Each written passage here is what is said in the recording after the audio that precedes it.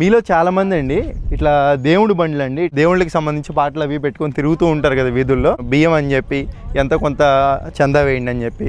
వీళ్ళందరి జీవన విధానం ఎలా ఉంటుందంటే ఇట్లా నేను వచ్చేసి నెల్లూరులో ఒక ఊరు అవతల ఏరియాలో ఉన్నానండి. వీరి ఇల్లులు వచ్చేసి ఈ విధంగా ఉంటాయి అన్నమాట. పెద్దవారండి, ఈ వయసులో కూడా ఎంతో కష్టపడుతూ ఉంటారు ఈ విధంగా. నమస్కారం అండి. తిన్నారా? అన్నం తిన్నారా? అయిపోయింది కదా.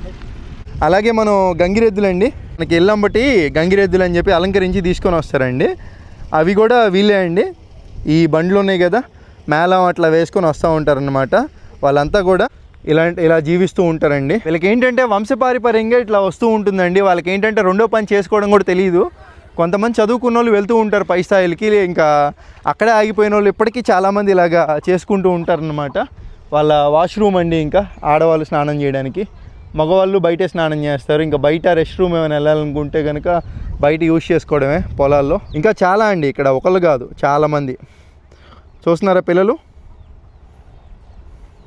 ఇంకా ఇక్కడ వీళ్ళకి నీటి సమస్య అంటారా? అయ్యో, మీరు ఈ వయసులో చాలా కష్టపడుతున్నారు సార్. మరి నీరు లేక అక్కడి నుంచి బస్సులకు పాపం నీరు లేక లాడిపోతుండే. అయ్యో పాప, అది చాలా పెద్ద సమస్య అండి. ఇదైతే కనుక 5 రూపాయలండి, ఇదైతే కనుక 10 రూపాయలంట. నీళ్ళు అయితే కొనుక్కొని వస్తారంట అండి. చాలా దారుణం. ఇందులో ఉప్పు నీళ్ళు అయితే మళ్ళీ తక్కువ రేట్ అంట. ఉప్పు నీళ్ళు అయితే ఇదైతే రూపాయి, ఇదైతే 2 రూపాయలంట. మంచి నీళ్ళు అయితే రేట్ ఎక్కువ.